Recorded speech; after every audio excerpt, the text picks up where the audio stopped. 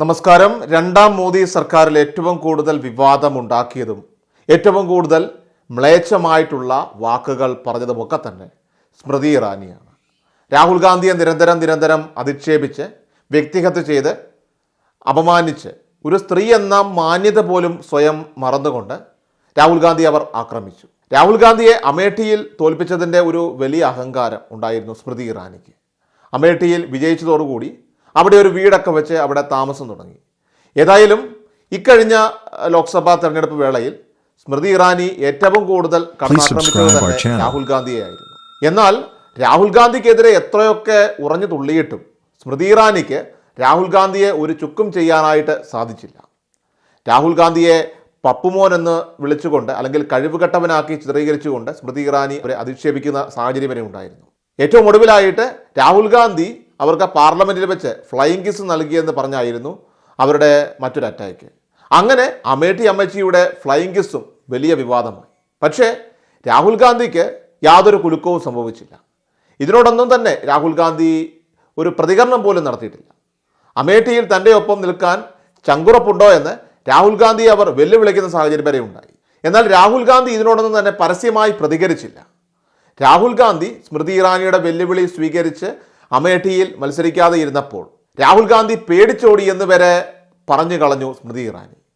പക്ഷേ രാഹുൽ ഗാന്ധി മത്സരിക്കാൻ അയച്ചതാകട്ടെ തൻ്റെ അനുയായിയായിട്ടുള്ള കിഷോരിലാൽ ശർമ്മയായിരുന്നു. രാഹുൽ ഗാന്ധിയുടെ വിശ്വസ്തനായിട്ടുള്ള കിഷോരിലാൽ ശർമ്മയുടെ മുന്നിൽ സ്മൃതി ഇറാനി 8 നിലയിൽ പൊട്ടി. ഇതോടെ സ്മൃതി ഇറാനിയുടെ അഹങ്കാരം തീർന്നു. അവർക്ക് ഔദ്യോഗിക വസതി ഒഴിയേണ്ടി വന്നു. അമേഠിയിലും വീട് പൂട്ടിക്കെട്ടി ഓടേണ്ടി വന്നു സ്മൃതി ഇറാനിക്ക്.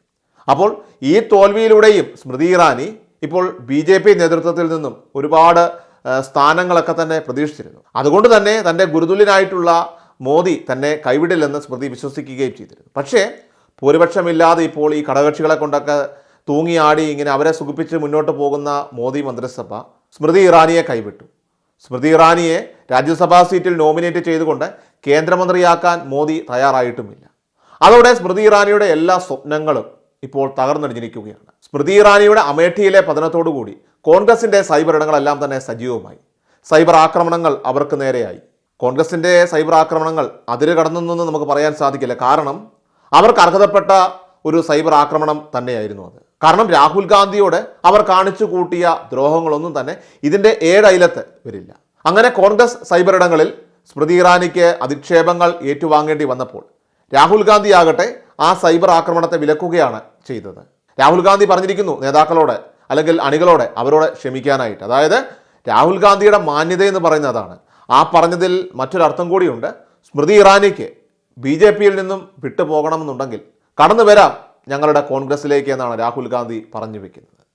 ശരിക്കും പറഞ്ഞാൽ സ്മൃതി ഇറാനി ഇപ്പോൾ ചെകുത്താനും കടലിലും നടുക്ക് നിൽക്കുന്ന അവസ്ഥയാണ്. കാരണം സ്മൃതി ഇറാനി ഇനി BJPയിൽ തുടർന്നാൽ അവർക്ക് രാഷ്ട്രീയ ഭാവിയിൽ രാഷ്ട്രീയ വനവാസമാണ് ഇനി വിധിച്ചിട്ടുള്ളത്. മറിച്ച് ഇനി അവർക്ക് രാഷ്ട്രീയപരമായിട്ട് മുന്നോട്ട് പോകണമെങ്കിൽ കോൺഗ്രസിൽ ചേർന്ന് പ്രവർത്തിക്കേണ്ട ഒരു സാഹചര്യമുണ്ട്. കാരണം മോദിക്ക് ഇനി സ്മൃതി ഇറാനിയെ വേണ്ട. രാജ്യസഭ വഴി നോമിനേറ്റ് ചെയ്ത് അവരെ ഇനി മന്ത്രിയാക്കുകയുമില്ല.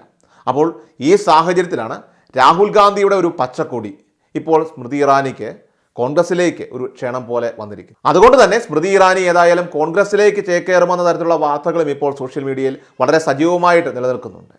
ഇനിയുള്ള തീരുമാനം അവരുടേതാണ്. ഏത് വേണമെന്ന് തീരുമാനിക്കാൻ ആരും അവരെ നിർബന്ധിക്കില്ല. അവർക്ക് പക്ഷേ നിലവിലെ രാഷ്ട്രീയ സാഹചര്യത്തിലൊക്കെ പോയേ പറ്റൂ. കാരണം സ്മൃതി ഇറാനിക്ക് അടുത്ത ബന്ധങ്ങളില്ല BJPയുമായിട്ട്. അവരുടെ ഏക ബന്ധം പ്രധാനമന്ത്രി നരേന്ദ്രമോദിയുമായിട്ടാണ്. മോദിയും സ്മൃതി ഇറാനിയും തമ്മിലുള്ളത് ഗുരുശിഷ്യ ബന്ധമാണെന്നാണ് അവർ തന്നെ പലപ്പോഴും പറഞ്ഞിട്ടുള്ളത്. പക്ഷേ ഇപ്പോൾ ആ ഗുരു സ്മൃതി ഇറാനിയെ കൈവിട്ടിരിക്കുന്നു. കഴിഞ്ഞ ലോക്സഭാ തെരഞ്ഞെടുപ്പിൽ അവരെ മത്സരിപ്പിക്കേണ്ട എന്ന് പോലും കേന്ദ്ര നേതൃത്വം തീരുമാനിച്ചിരുന്നു. JP നദ്ദയ്ക്കും അതോടൊപ്പം തന്നെ അമിത്ഷായ്ക്കും ഒക്കെ തന്നെ അതിലൊരു അഭിപ്രായം ഉണ്ടായിരുന്നു. അങ്ങനെ മോദി അമിത്ഷാ എല്ലാവരും തന്നെ ഇപ്പോൾ അവരെ കൈവിട്ടിരിക്കുകയാണ്. ഈ സാഹചര്യത്തിലാണ് അവർ കോൺഗ്രസിലേക്ക് ചേക്കേറുമെന്ന തരത്തിലുള്ള വാർത്തകൾ ഇപ്പോൾ സജീവമാകുന്നത്. രാഹുൽ ഗാന്ധിയോട് അവർ സോഷ്യൽ മീഡിയയിലൂടെ തന്നെ മാപ്പ് പറഞ്ഞതും ഇപ്പോൾ ഇവിടെ വളരെ ശ്രദ്ധേയമായിട്ട് ഉള്ള കാര്യമാണ്.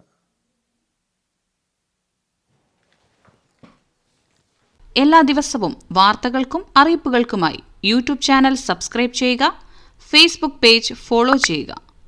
വാർത്തകളുടെ നോട്ടിഫിക്കേഷനായി ബെൽ ഐക്കൺ എനേബിൾ ചെയ്യുക.